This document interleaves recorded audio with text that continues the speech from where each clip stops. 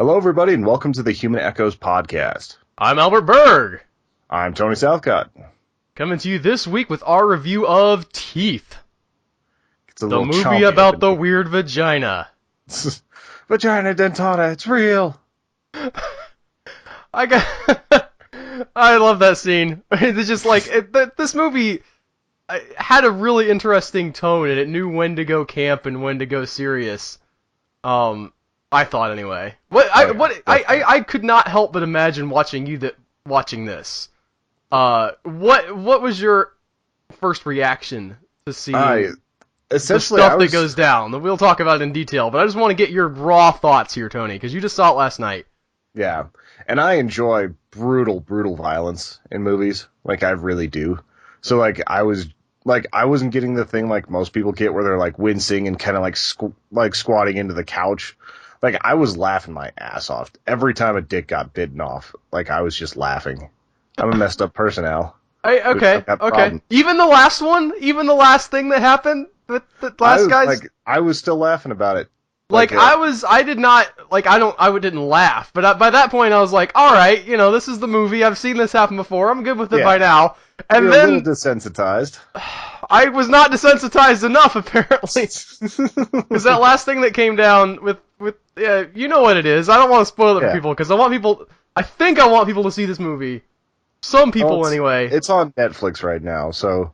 And, this movie, just from the title and just what we've said so far, is pretty much the synopsis. We'll give a quicker one, where there's a young woman, her name is Dawn.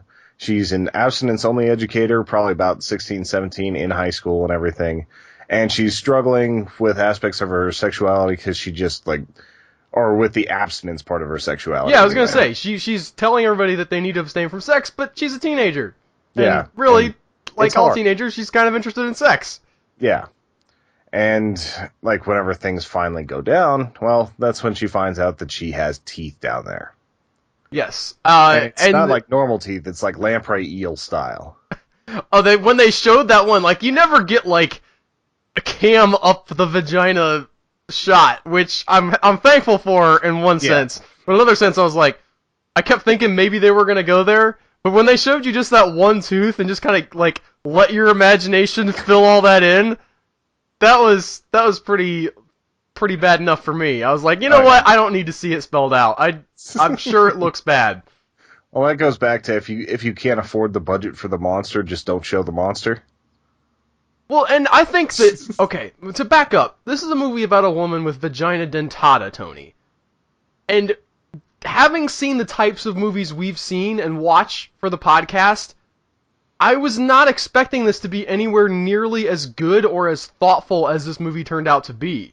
Yeah, definitely. It would even just the shooting was perfect on it too. It was a very good movie. I did not expect that. It was so clean. Yeah. In the way it was shot, you get so many. Especially, I think this director's fairly new to the movie making scene when he made this. This is back in 2008 or something, or 4 even. Yeah. It's back a ways. This movie came out, but this director, I think, was, sort of a startup, not a big name or anybody. And a lot of times when you get those new directors, it feels like that they're trying to over-direct the film. They're doing something crazy and over the top, and the colors are oversaturated, and, there's some weird, quick-cutting camera movements and all this stuff that's just distracting instead of being artistic. And this guy just had solid, clean, good cinematography, and I want to see more of that in a film, Tony. We talked about it last week. I know we went into it a lot about Big Game, and I don't want to belabor the point, but, you can just slow down and do it right. I understand you want to put your stamp on it and stuff, but maybe your stamp doesn't need to be, skulls coming out of a, flaming guitar or something. It could be more subtle than that. And they definitely, they kept it pretty subtle. I kept expecting her to go, just completely worse and just go, serial killer with it and just get nasty. And maybe that happens in the sequel. Is there a sequel? I don't think they've ever made one, but still. Oh, okay. The only stylistic thing I didn't like about this was, the nuclear plant having, smokestack, coal smoke come out of the top of it. Well, you felt like that was unrealistic? Because they don't actually do that? It didn't look realistic, yeah. Oh, well, okay, so And this was... that's a nitpick. I That's do not really believe that anything this was made in bothers me. 2004, and I really don't believe that nuclear plant was really there.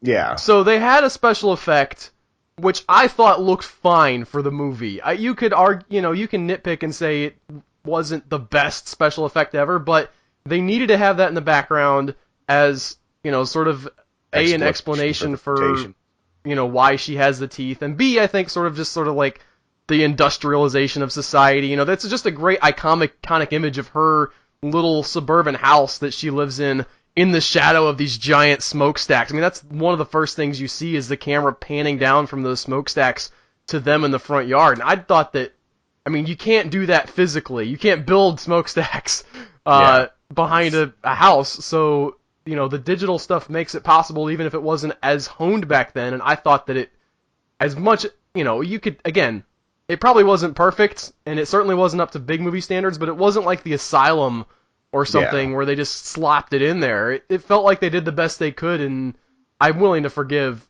the limitations of technology. Not like I'm taking a star away or anything like that. 1 star! Those are not realistic!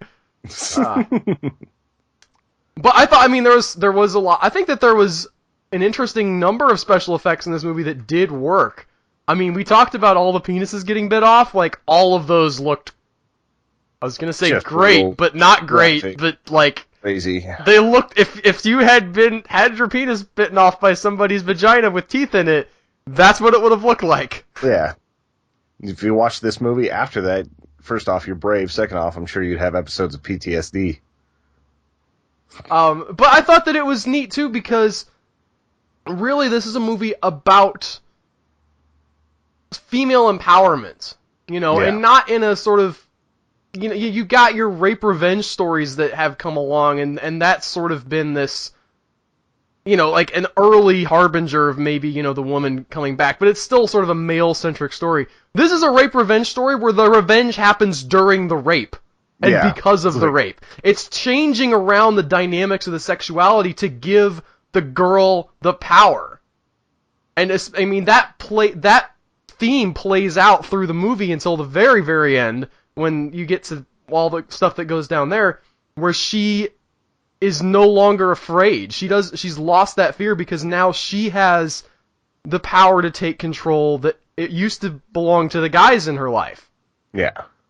And it doesn't feel, despite the fact that it is somewhat preachy, if you want to, it has a thing it's trying to tell you.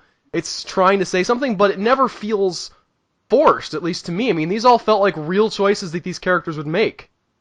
That was interesting. Like, whenever you're talking about a horror movie about vagina dentata, you assume it's going to be campy to the point of not really being a solid movie. And most of the characters in this actually made a lot of sense. Like, you felt the struggle of the dad. You felt like you saw what was going on with the mom. You felt like Dawn actually had a real arc, like an emotional arc to everything.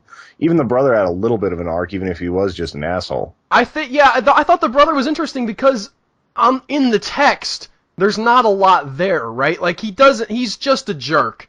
He's flat out as evil as you can get, basically. He comes on to his sister in the first 20, 25 minutes of the film, and he's just like, stepsister, I will point that out. They're not actually blood relatives, but he's like, we've always had this connection, you want me. And she's just like, I may be, like, exploring my sexuality right now and having some issues with that, but no, not with you. Because he's the complete opposite end of the spectrum.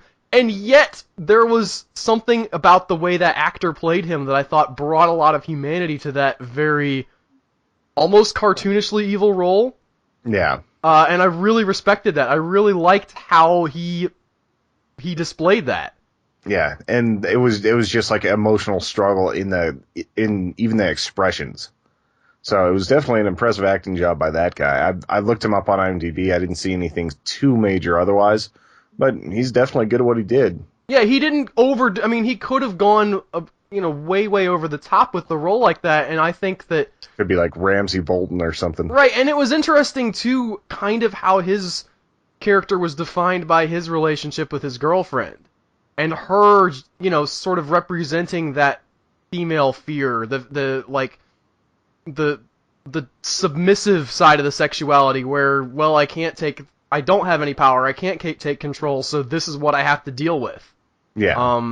And I thought that was a really interesting sort of a counterpoint to what's going on with Dawn and her journey, and B, just it kind of, even though it just makes him evil and a jerk, like somehow that interaction with her sort of fleshed him out a little bit more and made him more of not just the guy who's sitting in his room playing guitar and listening to heavy metal, but that he's actually, there's something there, that he's dealing with his own issues in his own mind, even though we never actually get to see those issues explicitly.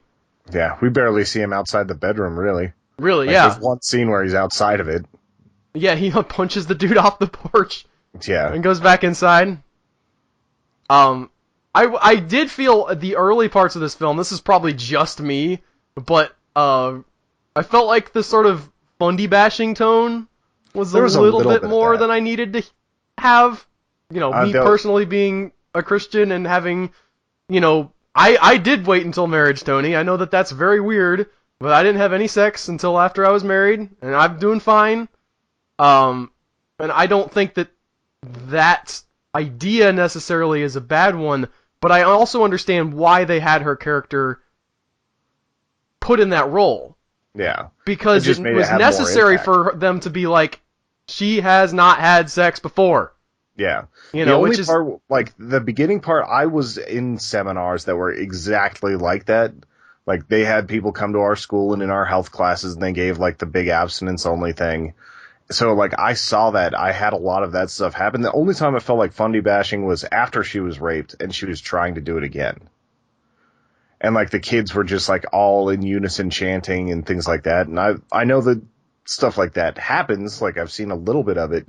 But that was the only time it felt like it was over the top Fundy bashing. That almost felt like a dream sequence to me. Yeah. I was almost more ready to forgive it in that sequence. Not that it was actually a dream sequence, but it was so effective getting inside of her head. I don't even know if that was necessarily supposed to be objectively what was going on, or if that's through the lens of her post-rape, like, terrified, what is going on with the stuff down there.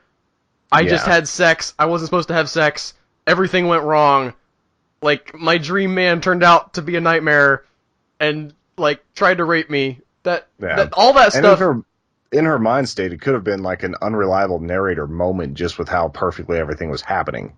So. Right. And I do think, too, that there is an aspect of that type of teaching, and I did agree with how they brought this out, that tends to go towards the idea that women are the corrupting influence, Tony. Yeah. And all of us with our wonderful good penises are just being tempted by all those evil vaginas out there. We have to cover them up! Cover up those evil vaginas, Tony! Cover them up in the textbooks, everything. It's lewd. And so I thought that, like, that aspect of it was good and accurate, and I think that is something that people who do believe like I do need to be careful of, because sexuality is not a bad thing. You know, even if you're, say, I'm going to be pure till marriage, you don't instill the fear of sex into people, and, you know, that's not helpful or healthy. Down the line. Like you want to talk about waiting and things like that, that's all well and good, and you know, for a lot of people it probably is healthy to do that. But whenever you start, like, kind of blaming the woman, it just becomes something else entirely. I almost wish we had a girl on here. It's interesting. I think this was directed by a guy, and we're two guys talking about it. It's very much a feminist sort of breakdown and looking at sexuality in a way that doesn't feel super preachy. I mean, again, you can't miss the message, but it feels like it's the concern was first to make a good film, but also to make a good film where the themes were present. And all of this stuff was really well balanced. The story and the theme and the characters, all that stuff worked together. And even the tone, when you started to get, like, it knew not to go too dark. Yeah. There are those moments, like, she gets really dark there in that moment where everybody's chanting at her, and, you know, but then you bring it back up a little bit, and you get to the doctor's office, and, you know, he's doing the examination, and he gets his finger bit off, and that brings it back to the comedy. 4 fingers. He got it bad. Yeah, that was not fair. Like, he was so... I felt like he was trying to be supportive of her. He was being a little bit of a creepster, but not that bad of a creeper. Yeah, I don't know. Maybe there was some subtext there. I just thought sometimes people are just weird, Tony. You Yeah. know, I don't like to judge people on their tone too much. Of course, it's a movie, so. But I'm saying in real life, sometimes people come across as, oh, that guy's a little creepy. But maybe it's just that they're not really good at social skills. I read a really interesting blog post about this girl who in high school, like, all of the girls would talk about how this one guy was creepy, but it was actually like the teacher that everybody loved who ended up being the one who was doing the weird, like, touching people inappropriately and stuff. Yeah. So the That creepy happened in my persona school is for not a, like, surefire indicator this guy's a bad guy. yeah. That happened in my school. Like, everybody's favorite counselor ended up being a pedophile. Ah. Like, he's in jail for, like, I think 75 years or something like that. The way he was doing it, he never did it at the high school, but at the church he volunteered for as a youth counselor. Like, he would molest kids there, like, between, I think, ages 10 and 14, something like that. And he would always try to put, like, more than that, he would even try to get, like, people together there. Like, he'd try to get, like, a 14-year-old girl with another guy and all this, and, like, force them into situations where they were alone, and he would, like, just try to pressure them into doing things. All sorts of weird stuff. And he was the guy that, like, everybody's like, oh, he's so down to earth, he's so cool, he's so this and that. It's like, then you see is, like, you just read about what he did, and you can see, like, the picture of him in the jumpsuit and everything. There's definitely something sinister there. Weird thing is, like, he always reminded me of Kevin Spacey from Seven. Really? Everybody else thought he was awesome. Well, the interesting thing too is I think that sort of charismatic persona is often the armor that they hide behind. Yeah. The people like that will, well, I don't believe you. He wouldn't have done that. He's the good guy. Yeah. And so you get that There was sort a lot of that on Facebook when that happened, and then there was also a lot of the opposite. Like, he encouraged my ex, like, he took her in there, like, 3 weeks into the new school year, like, it was her sophomore year, and he was like, you need to drop out of high school right now. Just What? a weird guy. Yeah, he was telling her to drop out and everything because she had a few bad grades. Like, it's just disturbing. Like, he just picked people he really didn't like and would keep pulling them into these required meetings and tell them to quit school. Like, so for most people he was awesome, but there were a few people that he just got in and decided he wanted to mess with them.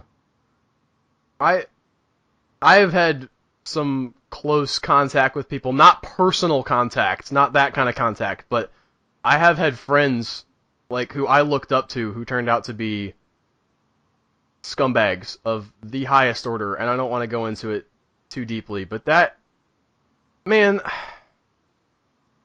this is the downer part of the podcast, Tony. I don't even know how we got onto this, but it's we were really talking about, like, about women taking power back from people like this. I guess what I want to say from this is you don't know. You can't tell from looking at somebody what kind of person they are and what they're doing. You don't know from watching me on this podcast. You wouldn't know from meeting me on the street. You may not know people who you've known for years and years and years what kind of person they are really in their hearts. Yeah. And while this is deviating from the movie a little bit, and I'm not trying to encourage people to just doubt everybody, but don't trust everybody either. Don't even trust people that you think are trustworthy with your kids. Is the main thing. Like, be very cautious who your kids are hanging out with, especially alone.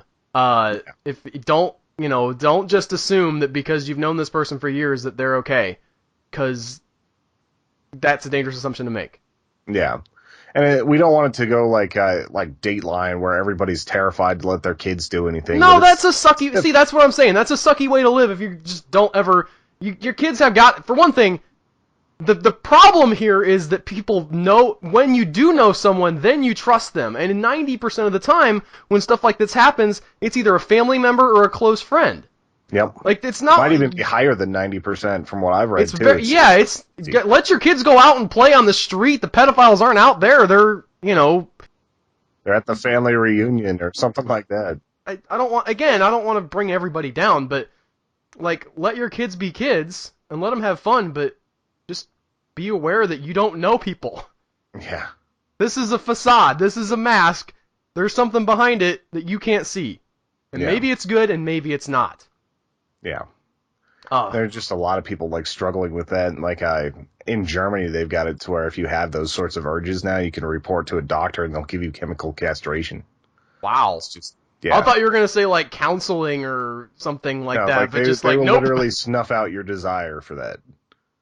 Like anonymously and everything, they will make it so that you don't desire that anymore because you can't.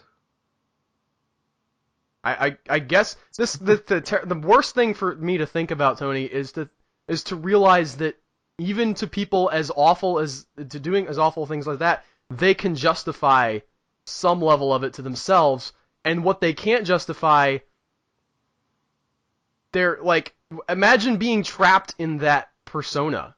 Yeah, To having those urges, and maybe you realize that it sucks and you're a bad person, but you still want the awful things that you want. I don't know. Empathy is an important thing, is what I'm saying. Even for people who you want to despise and hate, like there's a lot of scary. It's their biological impulse, and that's that'd be a horrible way to live. Like, I don't say I feel sorry for them, but that definitely sucks. Yeah. Anyway, getting off of that topic, and do we have more to say about the movie itself, Tony? I feel like the I've last covered. question I had was she didn't always feel justified whenever she used the teeth. Like whenever she met the one guy that was really nice to her, like, and then he kind of went like full douche about it, but it felt like teenage douche, not like really victimizing. Right. Like, I don't know if she was justified in that particular case and what she did. Do you feel like that was a little bit like? Do you think she went too far? That's a tough one. Or is that like the symbolic value of it? Okay, so here's the question, because this is where I thought that where you got the justification. He gave her that pill. That's true. Said calm down nerves. That seemed very whatever. much like a date rape pill, Tony. Yeah. And if he was doing that, then I have and no he was sympathy. giving her alcohol at the same time. He was basically pulling a Cosby. Right. I understand that the moment that she changes is the moment when she realizes he's like, he's sort of made this bet like, oh yeah, I'm going to get with this girl. But leading up to that moment, he's also done some really questionable stuff. It's not just the teenage, like, indiscretion or, whatever, the weird bro, like, oh, I can get this girl to sleep with me. There was more to it than that. Yeah, I guess I just wasn't thinking about, like, because he was trying to be the nice guy for a little bit, and then when the Xanax or whatever his mom was taking popped out, that's whenever it went dark. And I think I was more focused on that, like, she genuinely seemed happy with him for, like, some of the times they were hooking up, and it was the first time she was able to enjoy it without, like, the teeth, like, going in. Well, right, and I thought that was an interesting point as well, is that, despite the fact that he's a super douche for giving her drugs and alcohol and stuff to try to get her to sleep with him, he does actually attempt to give her some pleasure there. Like, he's the first guy that she interacts with that is actually interested in her getting something out of the sexual part of the relationship. It's not just him trying to get off like the other people. Right, he's not forcing himself on her in the same way, and it also gave you the sort of plot point that she doesn't have to do this every time that she has sex. If she's getting into it, and also some of her getting control of it as well. Yeah. But because, like, whenever she was at the gynecologist, that kind of felt like it was more of a reaction from her discomfort. Like, it wasn't something that she was 100% conscious of. Right. And she didn't fully know what her sort of powers were in that sense. And this one is whenever she started to figure it out. So I thought that scene played into a lot of different stuff, both narratively and character-wise. And I thought that I didn't think it was misplaced. I didn't think that there was anything wrong with necessarily. Now, she's not, I mean, as any good character, I don't think she's pure as the driven snow good. Yeah. Especially, I mean, she kind of turns into, despite the fact that she has justification for all this, like, if you went and cut somebody's penis off in revenge for what had happened, you wouldn't be in the right either. But in the narrative sense of the movie, you can get behind her and understand why she's doing what she's doing. Yeah. And that was the first moment, too, when she's sleeping with that other dude. That's the moment when she really, like, I think, does it consciously. Where she says, she had that moment where she says, "Oh, that's what's going on," and they're going at it, and she's just, yeah. Those two great shots of like overhead with the operating table with the doctor's fingers and that one dude's penis. It was so rude too. Like, it's almost not worth putting back on. Like, come on, man. The guy got it bit off. Don't make fun of how big it is.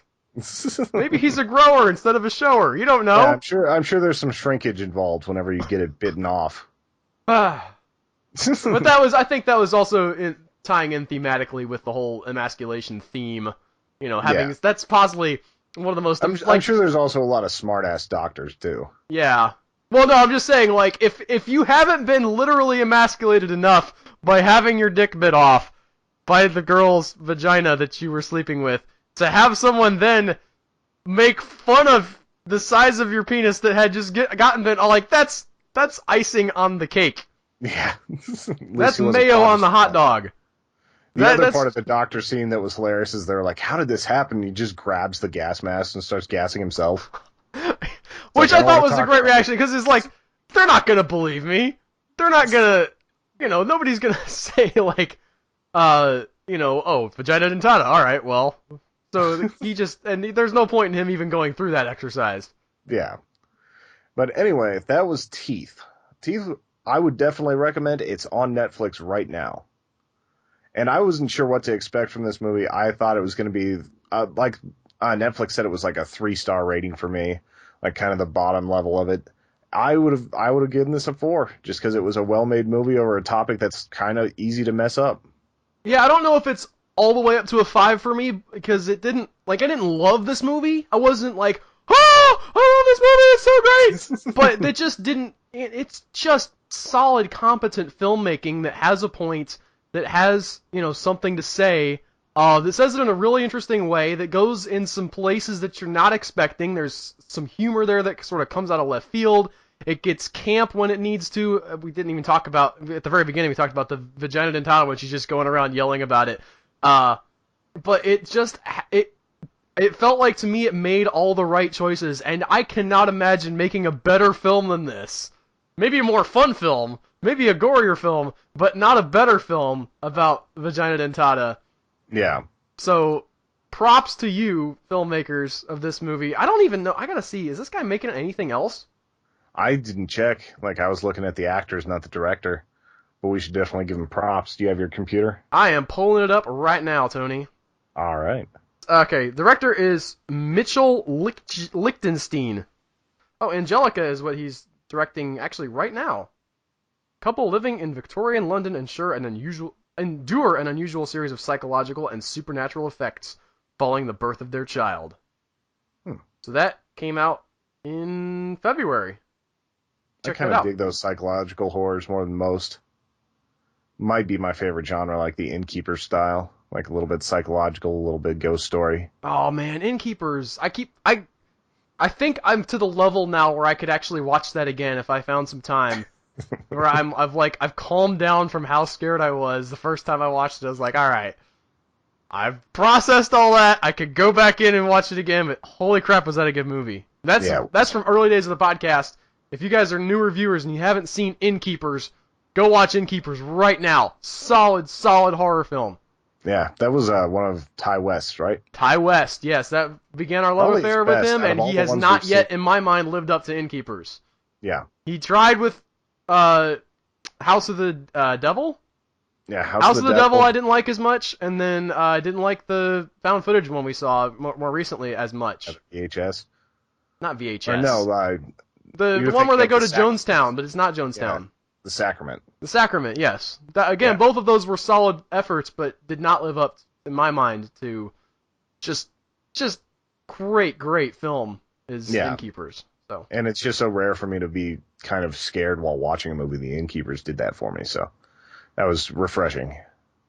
Moving on to bigger and better things is what my kid is doing right now, Tony. What is he doing? He had a birthday this week. Oh, yes, he turned 3. He turned 3 years old. He pooped in the potty today. Choo choo is what we say because, he likes trains. But we took him out. We had discussed with him, because now he's getting much more articulate. He's able to say, this is what I want. You know, he doesn't say specifically, but he'll tell you, like, what he's excited about. He can repeat stuff back to you, so you talk about stuff, and he'll talk about it. And my wife had this plan. We were going to go to Sonic and have ice cream cones for his birthday, because Sonic had half-price ice cream cones on that day, and we were like, yes, this is a good idea. We're going to go. We're going to have ice cream cones. And he talked about it for, like, 3 weeks. Because, you know, he's like, go ice cream cone? AJ birthday, ice cream cone? Okay. Ice cream cone, okay. We're like, it's not your birthday yet. So we were like, counting down the days. Finally, his birthday comes. We go to Sonic. We get the ice cream cone. Have you ever seen a 3-year-old eat an ice cream cone, Tony? It's hilarious. I actually saw this because my nephew and your son share a birthday, and they're both 3. Oh, do they? Well, you also could have seen it on my Twitter feed, because I posted some pictures of it, but... I did see those, though, yeah. He has the ice cream cone. For one thing, also, I want to point out, Sonic brought those out to us, like, half milk. Alright, like, they were already partially melted, so it's bad enough that he has, like... It would have melted anyway and been a mess, but he already had it halfway melted when it got to us. And he just stuck his face in it. And just, like, sucking the ice cream through his lips. It was the most messy, like, disgusting thing I've ever seen. We're sitting outside getting eaten by mosquitoes, and he's just like... So you should have had him, like, in a kiddie pool or something like that? I'm sure he would have loved that. He's all about them pools, man. Yeah. Go swim in the big pool. Okay. AJ's at the age where you've got a bunch of stories about him, and Jack's still really young. He's not even a year yet, is he? Not yet. He's like 8 months, I think. Ah, cool. Jack is just sort of like tagging along with AJ's stories, and it's just great to see them like together now that they're, you know, now AJ has a brother and they do the things that brothers do, and I don't know, I just get all excited about that. I guess it's, you know, interaction and social building stuff. Anyway, but he got all so messy, and then like later on that week we had his birthday party, and we gave him a giant hamburger-shaped cake. Because when we had asked him, he loves cheeseburger, and so when we asked him what kind of birthday cake do you want, he says cheeseburger. And we're like, yeah, what kind of birthday cake? And he says cheeseburger. So we built because we're sarcastic. We built a giant cheeseburger cake, and also it was a cheeseburger like birthday. We went and ordered like 30 cheeseburgers from McDonald's, and that's what the kids had. That's awesome. It was awesome. It was a lot of fun, and he loves the pool. He's getting in the pool now, so it's very, very exciting to see him growing up, turning 3 this year.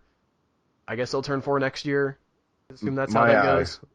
My nephew, we did his birthday party this last weekend as well, and we just went to the Denver Zoo. And it's cool because before he was 2 and he liked the animals, but now, like, whenever he sees certain animals, he just loses his mind. And he knows the names, too, right now, doesn't he? Yeah, he's like, tiger, roar! And the tiger was sitting right in front of the glass, like, just roaring at people. It was scaring this lady really bad. This one black lady that was there, she, like, it was just staring at her, pacing back and forth. Every once in a while it would stop and roar directly at her. That tiger was racist. It was weird. Yeah.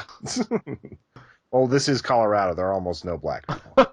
Like, what's going on with that person? Like, seriously, we're at like 80% white people, 15% like Mexican, Latino, and then 5% black. Like, I was in a graduating class of 600, and we had 3 black people. But the great thing too is that, like, him knowing the names of things, AJ watches all of the, like, toy unboxing Thomas the Tank Engine videos over and over and over again. And so by the time he got 2 different Thomas the Tank Engine tracks for his birthday and like 3 Thomas the Tank Engine engines, not the same one, there was Thomas, Diesel, and Percy. Diesel's the best. But by the time he knew that, like, he knows not only that it's about Thomas and the names of Thomas and Percy and Diesel, but he knows, like, the name of the system. He's like, Trackmaster? Trackmaster system? Trackmaster, Daddy? I'm like, yeah, Trackmaster. He's like, Trackmaster! Build Trackmaster. Okay. It's so much fun. Didn't you say he was doing his own unboxing video? Oh yeah, that's where I was going with that story. Thank you for reminding me, Tony. I was like, there was something else I wanted to talk about. Yes, he went and got my Red camera like off of the shelf, which is it's cool because it's like drop proof and all this stuff. My mom got it for me way back in the day, and it goes underwater and it's very, very stable. And he turned it on. He doesn't know how to push the record button yet, but he was like sitting there like pointing it at his trains, trying to make his own like this is what the Trackmaster video does. And I was just giddy about that because to me, seeing him make that jump from watching something and enjoying watching it to I can now make this thing myself. I can do one of these videos even though I'm too like I don't ever want to squash that. I don't ever want to tell him that's not a good idea. I don't think you have the right equipment or whatever. Like those are things that I think about. Sometimes I'm like, oh, I would like to make a movie, and then I think, well, I don't have this, and this, and this. I need tracks. I need all this other stuff. Right, it's always back to tracks, Tony. And I want to do it right, but I just like I love the fact that he wanted to make something of his own, and he's getting creative, and I always want to encourage that in any way that I can. So that's awesome. Exciting days being a parent. We were just talking the other day, and I was like, oh, that's just such a cool story. Like, a lot of people would be like, oh, he should just be worried about playing with his toys at that age. It's like, no, just let him do what he wants to do with his toys. If he wants to make a video, let him make a video.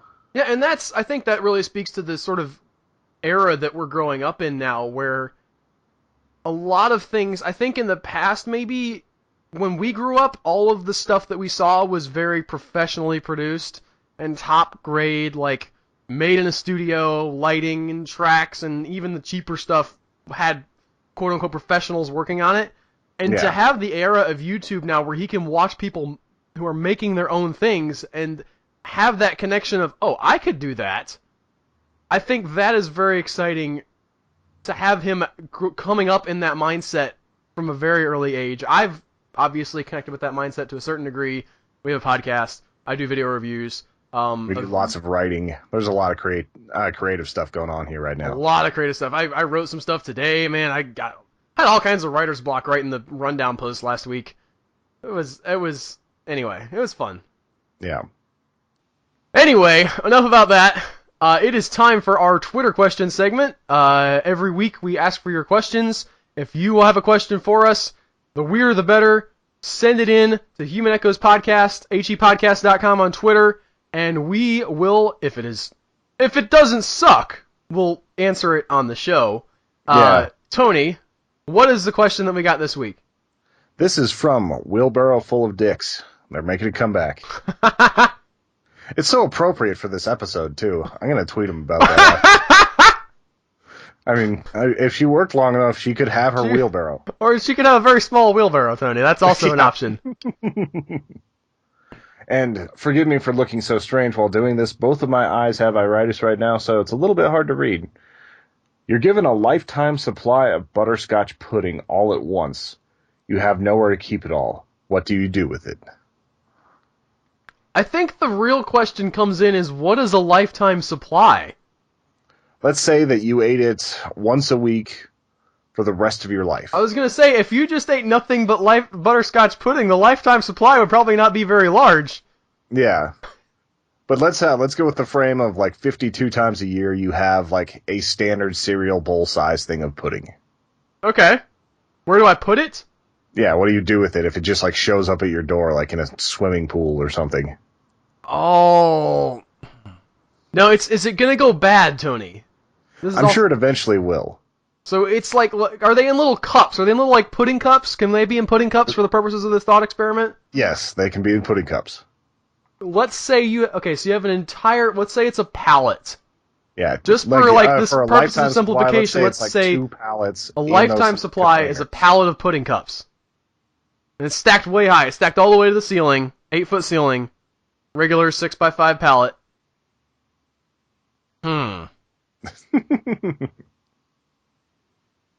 I mean, I could think of some pranks I could do. Oh, definitely. There would be a lot of pranks you could do just with the consistency of that.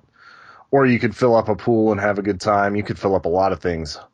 The pool idea is great, but if it's all individual pudding cups, you're gonna just be like, I want it to be one pudding cup. You're gonna do that for 8 hours, and you're gonna have about a foot of pudding in the pool, and you're gonna go stomp around in it, and then you're gonna be done. Then I would go on Craigslist and be like, all right, I need mud wrestlers. Pool party. See, there now we're talking. A mud wrestle pit with pudding. Yeah.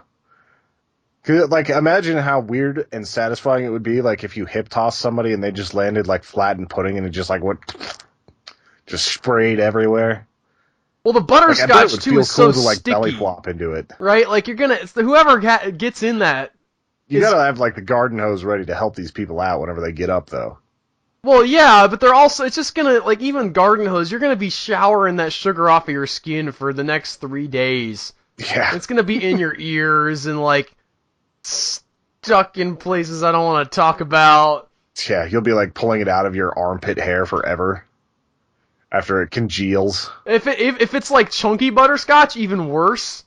We have like little chunks of butterscotch in there. We don't have hair. Like, we don't have hair on our head to get it into. Like, you get some girls in there that have like really long hair.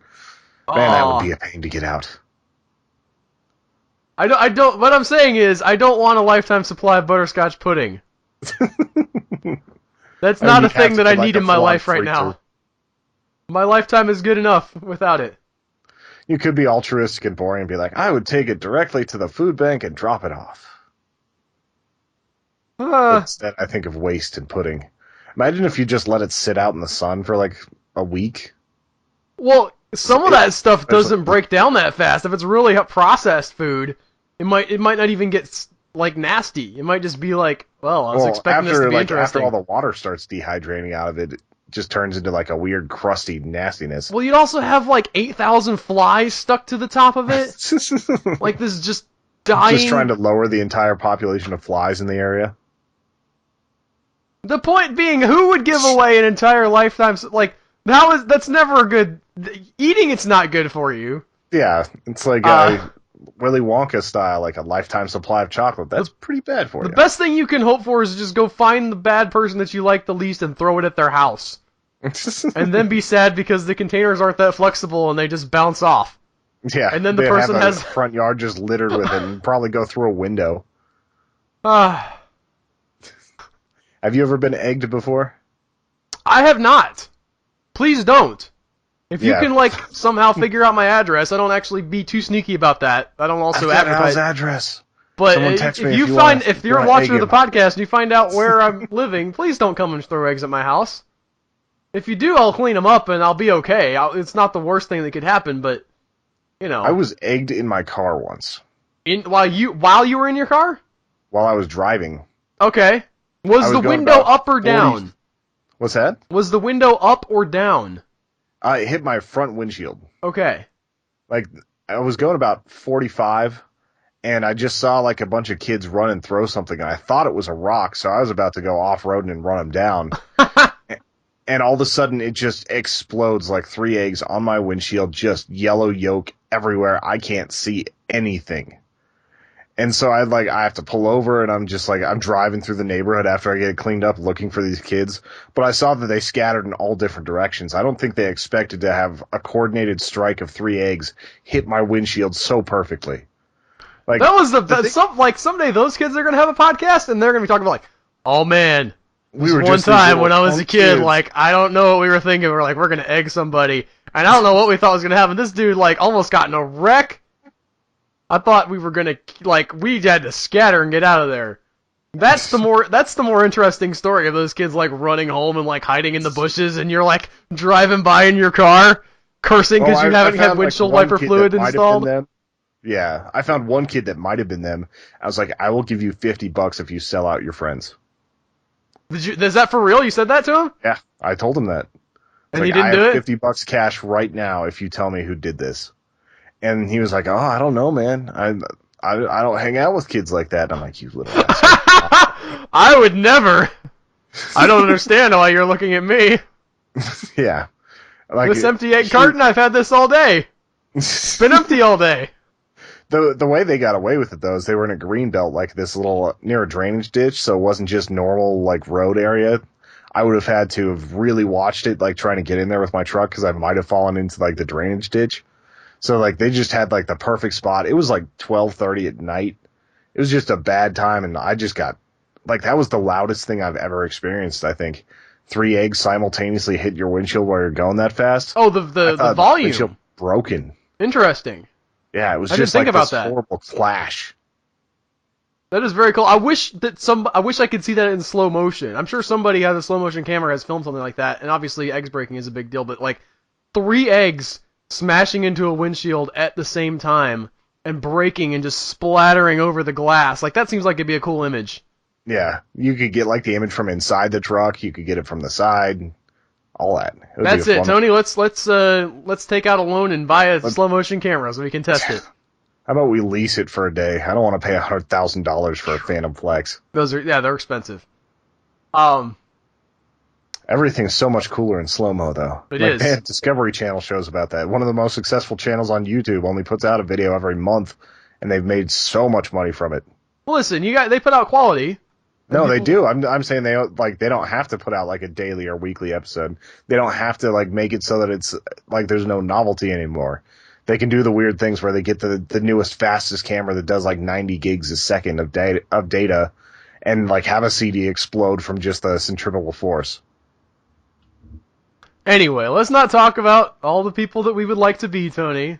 I'm just giving them props. Let's talk about the one man we would all like to be, which is Batman, and how he's fighting Superman in the new Batman vs. Superman trailer. I liked the first trailer better, but this explains a lot more of what's happening. Oh, did you? You like the first one better? Oh, I just liked how, like, kind of dramatic it was. Like, you've got all the people, like, talking. You've got Neil deGrasse Tyson in there, and he's talking about, we're talking about an alien, and, like, just the way everything's framed. And the only thing you hear Batman say is, like, do you bleed? You will. I just thought, like, that was way cool. And people were like, oh, he's just trying to remake The Watchmen. And like, shut up, I want him to do it. I was going to say, Watchmen was great. Like, if you're going to remake a movie, remake that. Don't remake Man of Steel. Sorry. People who like Man of Steel, I understand. I'm fine with that. It was not my favorite movie. But I really like that there was so many little Easter eggs in this. Like, so many hints at the story and, like, nods to fans and the Robin costume with the "Joke's on You" thing from the Joker. Yeah. And I don't know. It just seemed very. I liked getting It was what I expected. The trailer was, the story was what I expected about, and I've heard a lot of speculation about this. The idea that Batman is pissed because, of the first movie that everybody talked about, like, why was all this destruction happening? Why would Superman let this happen? Batman's like, saw his own building fall down and his own people die inside and went to try to save as many of them as he could. I mean, that shot of him running into the smoke, like, that is iconic. That idea of not running from the fight but running towards it, running towards the danger, just tells you everything you need to know about the kind of guy that this is. And you're already talking about a guy who's angsty and angry and fired up, and then you kill a good portion of his friends. Like, he's going to do everything he can, and like that, I'm not sure who the new Alfred is. But Jeremy Irons. Like, who is it? Jeremy Irons? Oh, yeah. He's always had one of the most badass voices in Hollywood.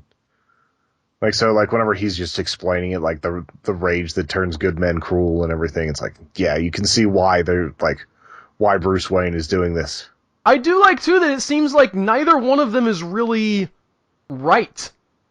For lack of a better word. Like, I mean, Batman is, yes, he has some reason to be upset, but the idea of, I'm going to take this Superman guy down, and if it's as we have seen in the trailer, and maybe he's being manipulated by Lex Luthor, and that would be interesting, but I like that this isn't actually a very rational response. While he does have reason to be angry, he also is going a little bit over the top, just trying to say, no, I will kill you. It's like, it wasn't really Superman's fault, and if Batman thought about it, he would know that it wasn't Superman's fault, but on the other hand, he's like, nobody can have that much power. And Batman, too, I think that this might play in really well with his no-killing thing, right? Because Superman killing Zod, Batman in the incarnation of the comics that they are drawing from, Batman's character is very much like, I would sure like to kill some people, but if I started, I wouldn't be able to stop. And I think maybe him seeing Superman kill Zod, he's going to project his own sort of insecurities about that type of thing onto Superman and be like, listen, this guy's going to go around killing people in addition to being an alien who has all these superpowers. Not okay. Yeah. Well, he says basically he could kill every person on the planet with impunity. What I was trying to figure out is what's the deal with like the Superman cult, like the people with the guns with the Superman badge on their shoulders. Like I'm trying to figure out how that all factors into everything. I have heard theories that it is something to do with Lex Luthor, either him manipulating things so that it looks like Superman is controlling some kind of a cult, and those guys are doing things that they shouldn't in the name of Superman to rile up public opposition, or that is somehow related to the oversight that he's now going to subject himself to. Yeah. Because he goes to that government hearing, he says, basically they're like, you can't just be doing whatever you want to, which I don't know where they get off telling, basically a god that he can't go around doing whatever he wants to. I don't personally understand why he doesn't just go around doing everything he wants to anyway, but that's neither here nor there. I just keep thinking, like, they had that already in the first one a little bit whenever he allows himself to come in handcuffed, and then just, like, with no effort, just breaks the chains. Right, and that's, like, I understand that that's his character. I've just never... I wrote a blog post about it a while back. I don't understand. They go do the whole thing where they're like, we're gonna sort of make Superman dark and gritty, but if you make Superman dark and gritty, what you end up with in the quote-unquote real world is a dude who can do anything, so he does anything. That's the dark and gritty version of Superman. Alright? Superman has to be bright and idealistic and colorful, because if you get into that sort of darker side of human nature, you realize people aren't like that. People don't go around saving the world when they could be just demanding everything be given to them and having those demands met. Yeah. The Kim Jong-il style thing. Yeah. So just threaten people, and then all of a sudden you've got a bunch of food and other concessions. But one of the other things I find interesting is that it is an older Batman, and him and Wonder Woman know who each other are. They're like meeting at parties and things like that and just talking to each other, like kind of subtly towards each other. I did not notice that, actually. That's interesting. This was something that I was reading in an interview with Ben Affleck about the movie. Because I know Wonder Woman's been around for a while. I guess she's kind of sort of maybe not immortal, but like doesn't age like regular people do. That's what I've heard. So that'd be interesting for them to be aware of each other and have their powers. There's a whole thing with Zod. What's he going to become? Are they going to bring in Doomsday, the character? We had that shot of Zod's body bag being open. Are they going to bring back Zombie Zod? That'd be great. It just really looks good to me. And Suicide Squad, I wasn't sure I was going to really be down for it. I think I like that trailer better. I think that movie looks like it's going to be a lot of fun, even if you are going to have to kind of suspend disbelief on a few things. I'm a little bit interested to find out. I want, these guys are the protagonists of the movie, but they're in prison for a reason. I mean, Harley Quinn seems like she's really messed up, but some of these guys just seem like, well, I'm kind of a good guy even though I'm in prison forever for some reason, but, I guess I'll do the right thing now.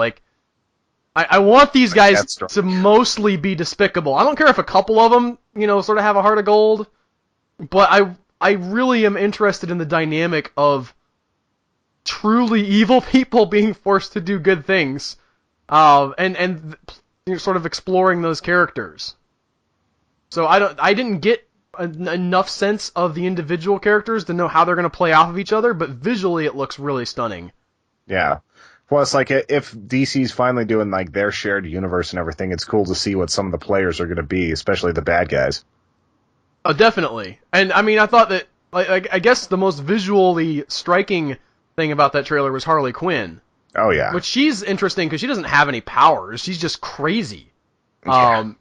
And she's locked up in that cage, in the middle, I love that line from I forget what her name is, but I was gonna say Kerry Washington, but it's not Kerry Washington. She says, I locked him in a hole and threw away the hole. Yeah. Like, that is cool. I like her character. I like her sort of getting right to the point, sort of government cynicism. So, exciting days from comic book movies coming up. Hopefully they don't suck. Me and you, by the way, on the day that this comes out, we will also be reviewing Ant-Man. Yeah, definitely will be. We will be hitting that up the day before, doing Ant-Man, doing our special 0.5 episode. So you guys should be watching for that at the same time, and I'm very excited for it. I've heard it's only at 70% at Rotten Tomatoes, but I'm just excited to see something different from Marvel, because I'm not going to get into an Age of Ultron bash here, but I felt like the Age of Ultron was just, it's what you really expected from that movie, but for them to be doing something like, and I'm not saying Marvel hasn't done anything different, okay? You have Captain America, that was very different. Iron Man 3, although it didn't resonate with me, I thought that they were going in an interesting, different direction there. And so for this to be a movie about, I've heard it's a heist movie, and the whole shrinking aspect is very weird and interesting and different, and there's comedy aspects to it, which, that's sort of standard Marvel. They were trying to keep, like, the Marvel stuff a little bit more grounded in realism for a while, and then when Scarlet Witch came into the picture, it seems like they're like, screw it, we're just going, like, all out, like... I think that Ant-Man's going to be fairly grounded, though. I'm not as grounded as you can be. I mean, if you assume that, again, you can't actually shrink with the shrinking suit, Tony. Obviously, that's not a real thing. But I think that they're going to try to make it as believable within that universe as possible. He's not going to have magic powers, except for the power to talk to ants. I don't know. We're going to review it, and I'm excited. So, onward and forward. Comic book movies, I'm not tired of them yet. Hopefully you're not. Yeah, me neither. I've got time for more. We certainly delve into the weird side quest stuff a lot with the films that we review normally, but I also like the blockbusters, and I want the blockbusters to be good. I don't just need the little indie films to be good. It's just as hard to make a good blockbuster, if not harder, because you have a lot of other masters to serve in that particular realm. But I'm looking forward to it, so we'll find out. Sure. Watch our review. For you guys, I think you can watch it like basically right now. Or maybe it'll be later in the day. I'm sorry. If you're watching it early on Friday, we're going to try to have it out by Friday afternoon, early Saturday at the latest. Yeah, you'll be able to get the audio version by now, but not by maybe not the video yet. And you know where those people can get that, Tony? HumanEchoes.com. Which is where they should go and check out all the stuff that we're writing. We have recaps of the episode, the movie that we watched every Tuesday, a text recap if you want to hear what I thought in sort of written out fashion. I try very hard to make those worth reading. Sometimes I succeed, sometimes I'm afraid I don't. But we have a lot of other content that comes out there. We're going to have Let's Plays being posted. Me and Tony this week coming up are going to be getting back into Tabletop Simulator. I'm going to teach him a game called Phenorina, and he's going to love it. And we're only going to record it once, and not any more times than that, Tony. There are no re-recordings. Anyway, we'll also probably be seeing in the next couple weeks a little bit more with Joseph Devon. Also Don't Starve Let's Play. That should be a lot of fun. Also upcoming is Joseph teaching me how to play Dwarf Fortress. So if you'd like to see a bunch of tiny little dwarves running around and me not having a clue what's going on, those will be coming out on Mondays on the YouTube channel and on the podcast website. Also, at the humanechoes.com website, on the right-hand side, you'll see a place to subscribe to through PayPal. It's one of the best ways to support us. We always love it whenever you share stuff. If you feel that the 170 episodes, if you count the 0.5, are worth $1, send us $1. Subscribe for $1 a month, $5 a month, $10 a month. Or another awesome way to support us that doesn't cost you anything extra is to click on the Amazon affiliate links on the right-hand side of the page under the PayPal links. If you do that and you buy something on Amazon, we get a small cut. And it basically doesn't cost you anything extra. And we really appreciate all you guys listening and watching and however you consume the podcast. Thank you so much for your fandom. We will see you next week with more awesome. We don't know what movie we're talking about yet. We'll figure that out in just a minute. Yep, for sure. See you guys next week. Bye. Bye.